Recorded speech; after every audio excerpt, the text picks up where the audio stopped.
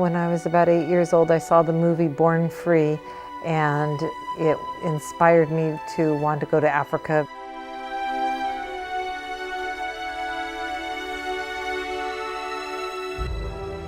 And then when my children grew up and we had a little space in time and a little bit of money in our life, my husband said, "Where would you like to go?" And of course my first pick was Africa. The truth is, I had always been a little reluctant to visit Africa.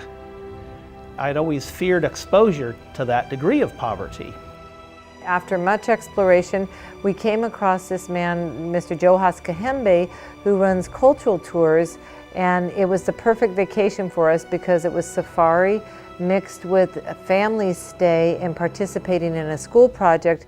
So we arrived in the village of Bacho and we stayed with a family with 11 children. And this is where the story really begins, where we fell in love with the people of Bacho immediately.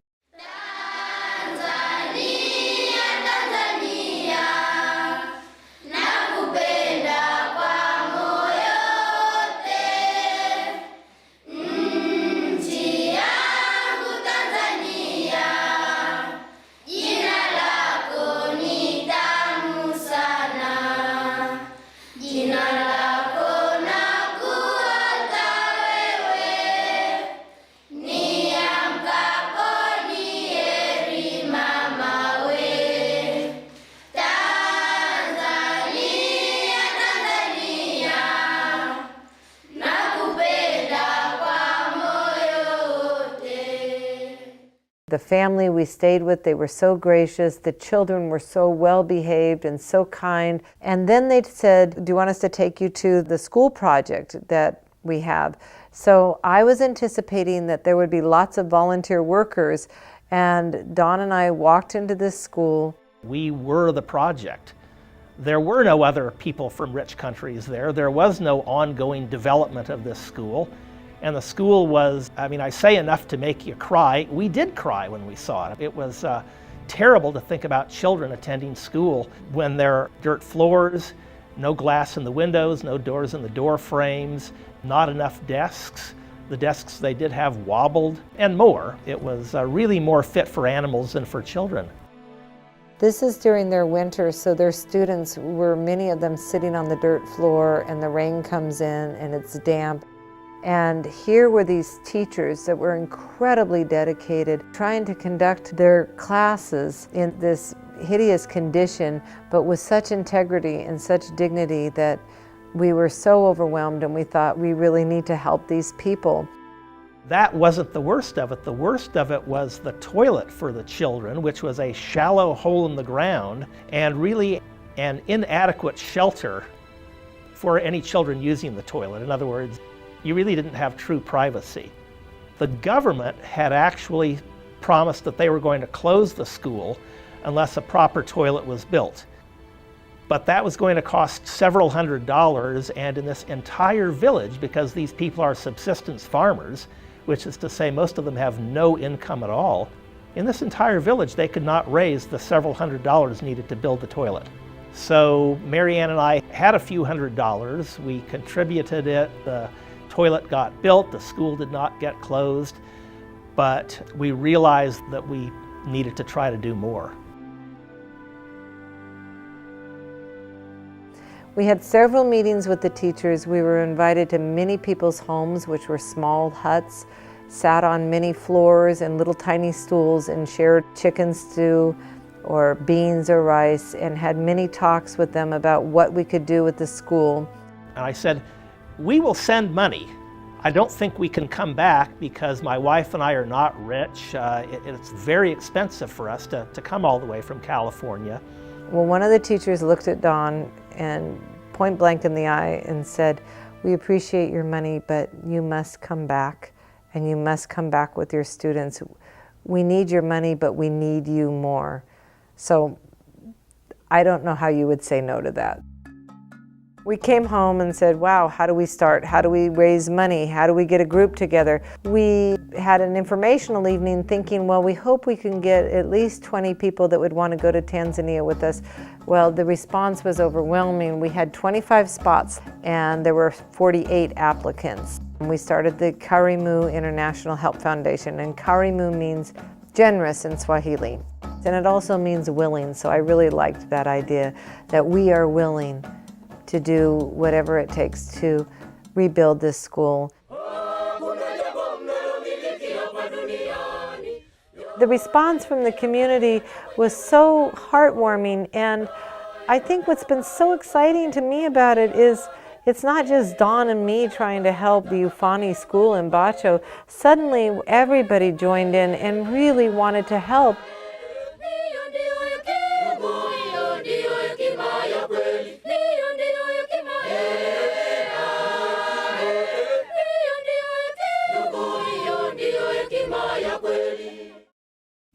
People were absolutely amazing. No, short answer. Long answer is that they were amazing because not only were they so resourceful and diligent and capable people, but because they were resourceful, diligent, capable in what is widely regarded as one of the many third world countries in Africa, and they were happy. I mean, these were some of the happiest people whom I've ever seen. And I work in an amusement park, so I mean, definitely happier people over there. I tell people that I feel more safe in a third world country in Africa, in a rural area where there's no security, than here. I think it's because I have that human connection and the human safety with everyone else that I feel more safe there, because I know I can rely on someone than just some item, some security box or something. They're just so welcoming and so honest and truthful. They're so genuine. And their time stops, their culture and the people around them and the village and their community is really important to them. And I really like that. And I think we miss that here in America, is culture and having that connection. It's not that we're just coming and observing them and giving them money, it's we're building with them. We're eating with them, we're learning from them. We want to learn about their culture, we want to learn about their language, and I feel like I've gotten so much from them that is just priceless.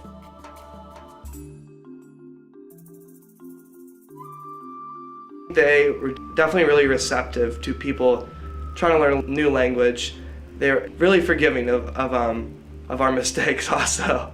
And I think they were entertained by it also. Asante sana kwa wema wako.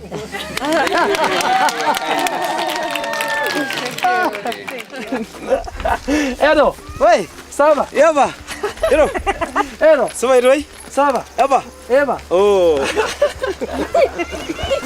Najua kuhesabu na.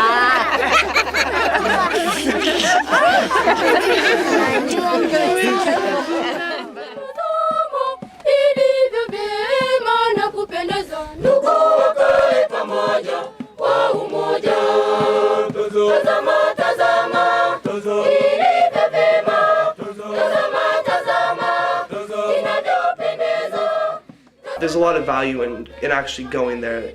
People, they'll ask, why don't you just send money? Why do you need to send all these volunteers over there? Because they can do all the work that needs to be done without us there, clearly. And it's important for them also, that they see who's helping them. The money's important too, of course, because the work can't be done. But actually living with the people and experiencing how they live, you're going to want to learn more about their culture, how you can help them more. I mean, what is the purpose of a holiday? The purpose of a holiday is all about I, me, ego. I want to go and change my environment. I want to escape from my work. I want to lie on a beach and let the world disappear. When actually, when you lie on the beach, the world doesn't disappear. The world is still there. If you really want to get all of those stresses and strains out of your head, then come to Bacho, because only by witnessing other cultures and by being immersed in other cultures and seeing the problems of other cultures will you realize that your problems are completely insignificant. And within 2 days, you will have forgotten all of your problems because you'll be so focused on dealing with real issues in a real community of wonderful people. And by the time you come back, you will be much more refreshed after 10 days of hard graft than you will of 10 days of hard lying on a beach.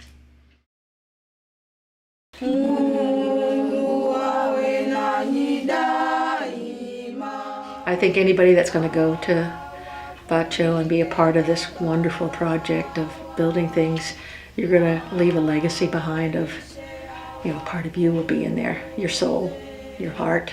No matter what, you can't help that. As you return back to the States of a comfortable life, you'll know that there's something back there that is part of you, and that you've made a life a little bit better, and hopefully your life is a lot better. I know mine is, clearly. It's not just that Marianne and I are volunteering. We don't pay ourselves a salary, not even a modest one. It's not just that the people that go along with us, the 25 or 30 of the people that go along with us during the summer, it's not just that they fully pay their own way. All of the cost of the plane ticket, all of the cost of the safari and accommodations and food. It's people that have, either by going on the project or by seeing what the project is like, by hearing about it from others, we have people volunteering their time to help us, as well as volunteering their money. And again, that's money that goes to that village. Many of you might know that song is, God be with you till we meet again. Each household in that community live off less than $1 a day. Now, the United Nations continually talks about $1 a day as the poverty level for extreme poverty, and that's referring to a per person income. Well, this is a per household income. So if you started looking at a per person income, it would be less than 20 cents a day. And that's quite frightening, because that's very poor. If you need to buy a school book, then the school book is going to cost the equivalent of $4.50. I mean, how long is that going to take to save that money? You could divide $4.50 by 20 cents a day and work it out. I'm not going to argue the maths, but the reality is that with your 20 cents, how much of that is spare to spend on books? None. Absolutely none. So you're not going to get a book. And if you're not going to get a book, you're not going to get an education. And Don and Marianne have worked with that. They've seen that problem, they've addressed that problem, and that's their first step. The school is not just about the bricks and the roof and the teachers. Let's get the resources into that school so that the kids can really have an opportunity to learn.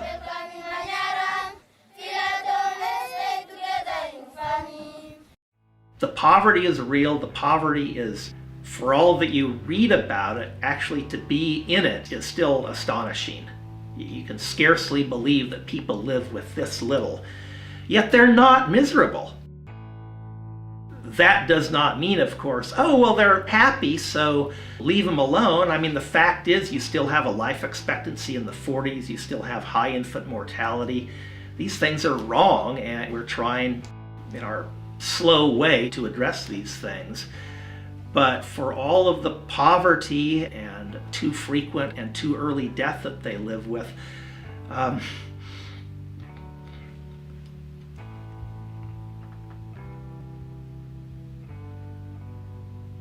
while they're alive, while they're in the moment,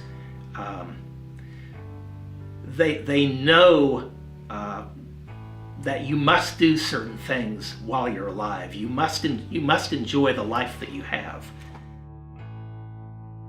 It makes you think differently. It makes you think, this Christmas, I'm thinking about Christmas in a totally different way, of like, what do we need and what do we buy, and why do we buy things? Why do we do what we do? It makes you kind of look at everything you do in a new light.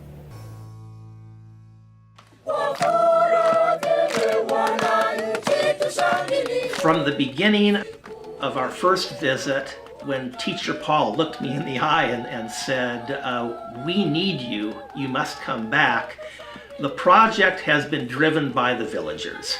Obviously, on this end, in California, we drive the fundraising. Of course, they have no capacity for that, but what that money goes to is driven by the villagers. The leadership, both of the village and of the school, they meet and they talk about what they need. They present a list of needs to us, prioritized, and we then tell them, well, we will try. Although we make no promises, we do take the list that they devise, and those are our marching orders. They tell us, okay, now it's time to try to start building up the secondary school because we're going to have kids graduating from the primary school, going to the secondary school, so now can you please help us with the secondary school? And can you please help us with our health needs? And so on and so forth. So yeah, they direct us. Don and Marianne found that link and realised how valuable it was to them as individuals, and thought, yeah, these are my friends and I want to help them, and that's what they're doing, and they're doing it in a really positive and well thought out manner. It's not just a case of here's a gift, thank you very much. It's how can we work together to make things better in your community. It's the way development should be. I keep waiting for the day when we're going to fail and have to tell them, you know what, we didn't raise the money for that. That's bound to happen. But so far it hasn't. So far we've always raised more money than was needed to pay for what the villagers told us that they needed. I'm a little concerned that might not happen this upcoming year because, again, our goals have broadened. And we are trying to do for the secondary school what we've already done for the primary school. But at least so far, we have met every challenge that the villagers have set for us. I really feel like there's no question that this is what I'm supposed to do. This is the one area of my life, besides raising children, that I never wake up in the morning and think, is this the right thing to do? There's just no question that I need to be there and I need to be part of these people's lives because they have invited us to come and we are now friends, and you don't turn your back on friends. The country wants everybody to have the opportunity of an education. And whilst the Millennium Development Goals are suggesting that there's free primary education for everyone, the reality is that free primary education means that you don't pay for the teacher. You still have to buy a desk to sit at. You still have to provide food if you want your child to have lunch. You still have to provide a uniform. You still have to provide firewood that you have to contribute towards the chef. If you don't contribute to those things, then you're not allowed to participate in the free education process. The government will provide the roof if you provide the foundations and the walls. The country doesn't have the resources to provide that roof at the time that you want it. So it may well take years before they get round to putting your roof on your school. So what do? Do you wait for the government? And in Bacho, that's what they were doing. They had built the walls and they waited for the government to come and put the roof on. So the community, having invested a lot of time and money in doing that, were then failed by their government. So it was fantastic that Don and Marianne were available to come along and witness these things and say, well, actually, if what you need is a helping hand, we can provide that helping hand. And that's what they've done. They have turned what was a school that was unbelievably bad, grotty, I mean, a school that would make you cry if ever you went to it, into a school where people come from miles around because this is the best school in the community and this is the best school for 40 kilometers. It is something which the government failed to do for 40 years. You have done it only in 2 years. It is a miracle. So I invite all who want to come to our school. Welcome. They were so happy with us, so happy with the way that we responded, not only to the work, but to the people themselves, that they said, bring as many people as you want next year. We hope to return for many years because there is much that needs to be done. They need health care, they need clean water, they need a sustainable farm at the school. We would like to make the school the center of the community, as this is what the community would like. Of course, there's a lot more that has to be done. You can't just say, well, here's a book, here's a teacher, good luck.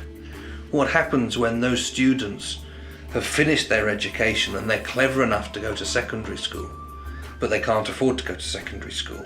So the commitment has to be a long-term one. Building and working with the secondary school is a fantastic step in that commitment, but we still need to think about sponsors. Can someone help sponsor some of these children. Because again, you know, you're on 20 cents a day. The school fees, the uniform, the books, all of the things that you need for a secondary education are expenses that the community don't have. So how are you going to escape from poverty without some assistance from someone else? And with the knowledge that the students will get, they will be able to challenge poverty in their community. And they will be able to find solutions from within the community to challenge poverty and alleviate it in that community. Send my greetings to all Americans, the last group of last year, and for others, tell them that the Tanzanian people, they love you very much and they welcome you for any time they want to come to Tanzania. Thank you very much, madam. If you give a man a fish, you feed him for a day. If you teach him to fish, then he can fish for the rest of his life. But you're going to have to give him the rod. Otherwise, you've just taught him, but he still hasn't got the resources to catch the fish. By doing this, I think after a few years, people living in Bacho, our life will be improved, because when you help somebody in education, when he or she grown up, she will help her family also. Obviously, it's hard work to do the fundraising and the organizing and everything else on top of our full-time jobs, but it's not a sacrifice because we really do get so much out of it. It's almost selfish, perhaps, because we get so much joy out of it. You think, well, you know, is this right? Am I supposed to get this much out of helping other people? And if that's the case, why haven't I been doing it for years?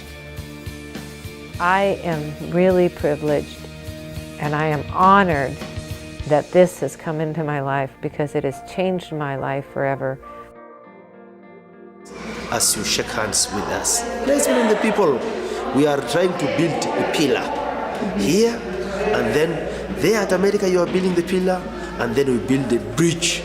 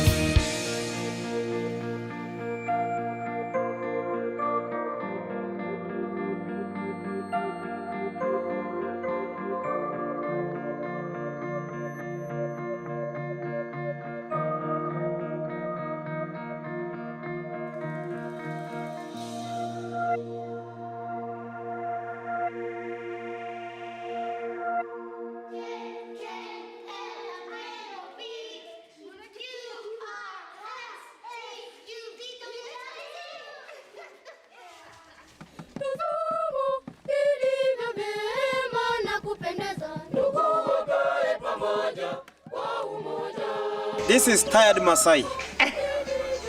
And like this again is tired Masai. Yes. This is another type of tired Masai. And very, very tired Masai is like this. Oh, I said, but my knee. Oh, but I can try. Oh, very, very tired Masai. It's like very, very tired Masai. Eh? Yeah. It's a sit sometimes. Yeah.